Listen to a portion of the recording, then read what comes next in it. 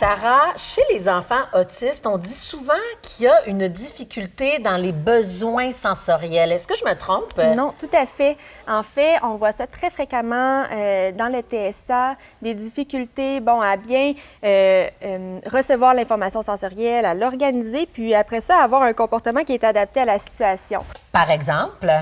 Oui, par exemple, un enfant se retrouve dans une foule, il y a beaucoup de bruit, il y a beaucoup de stimulation visuelle, beaucoup de choses qui se passent autour, puis il doit rester attentif à ce que son parent lui dit. Donc là, il doit être capable de vraiment bien filtrer, bien mettre de côté certaines informations, puis rester attentif à ce qui est dit par le parent à ce moment-là. Chez l'enfant autiste, ça touche toutes les sphères des sens. Explique-nous un petit peu ce qu'on peut retrouver. Oui, donc comme je dis, ça peut être différent d'un enfant à l'autre, mais on peut vraiment retrouver des sensibilités au toucher. Donc, qu'on revoit souvent dans les soins d'hygiène, de prendre le bain, se laver, se brosser les dents. Laver les cheveux. Oui, exactement. Donc, ça devient une situation qui est plus anxiogène, plus difficile pour l'enfant. Certains enfants vont réagir même aux vêtements, au type de texture. Donc, certains types de pyjamas, certains pantalons, vraiment, les vêtements vont les déranger.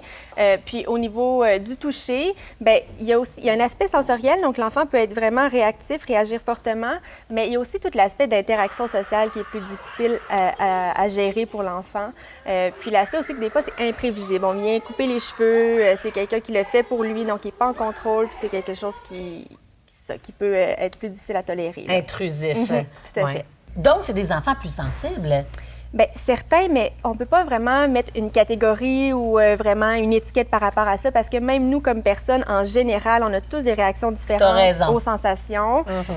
Puis même un enfant dans le développement typique, selon les différents niveaux là, de son développement, va vivre certaines recherches de sensations. Quand on pense au niveau oral, va venir chercher beaucoup au niveau oral à explorer les objets, les jouets. Comme par exemple, moi, mon petit Benjamin, à l'époque, ça a été long avant qu'il comprenne de ne pas tout mettre dans sa bouche. Il allait chercher beaucoup de sensations de ce côté-là.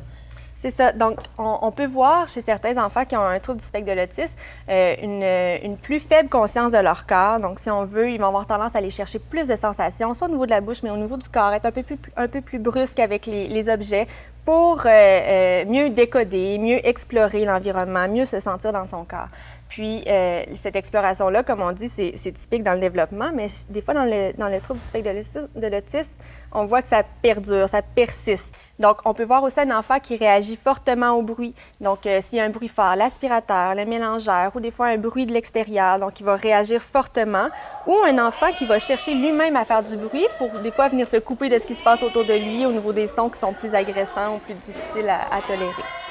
Comment on peut aider nos enfants, justement, à développer leur sens? En fait, c'est de vraiment accompagner l'enfant dans ses préférences, dans l'exploration de la nouveauté, au niveau des sensations, les choses qui sont difficiles pour lui. On veut l'exposer, mais on veut respecter son rythme, puis on veut bien comprendre notre enfant. C'est quoi ses préférences, puis qu'est-ce qui est vite, qu'est-ce qui est plus difficile.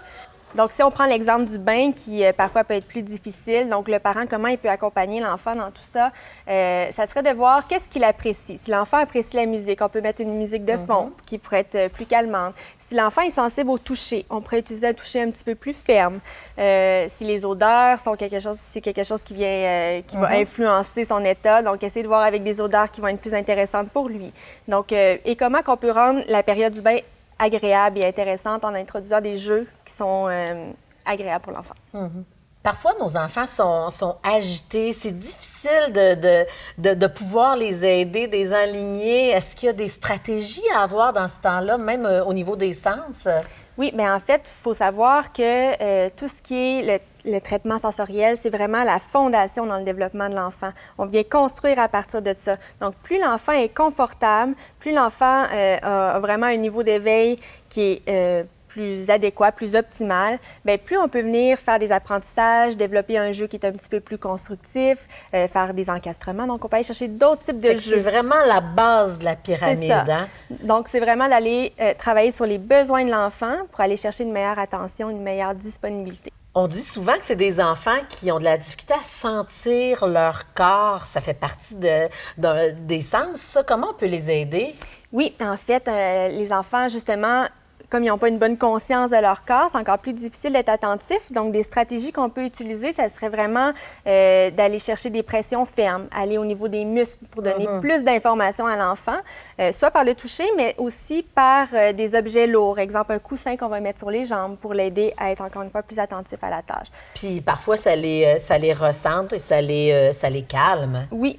Puis les enfants aussi qui recherchent beaucoup de sensations au niveau oral, encore une fois au niveau de leurs muscles, porter des choses à la bouche, ça peut être un moment quand on essaie de faire une activité à la table, d'offrir quelque chose de croquant. Donc venir encore une fois dans le même principe, de venir solliciter les muscles pour une meilleure conscience. Le petit bâton qu'on mâchouille, là? Oui, en aussi. caoutchouc. Tout à fait. La règle à retenir avec nos petits cœurs.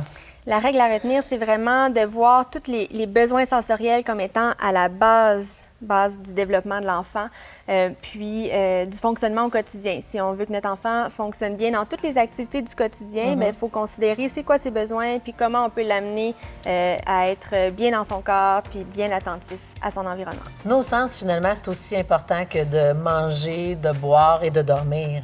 Oui, tout à fait, un besoin essentiel.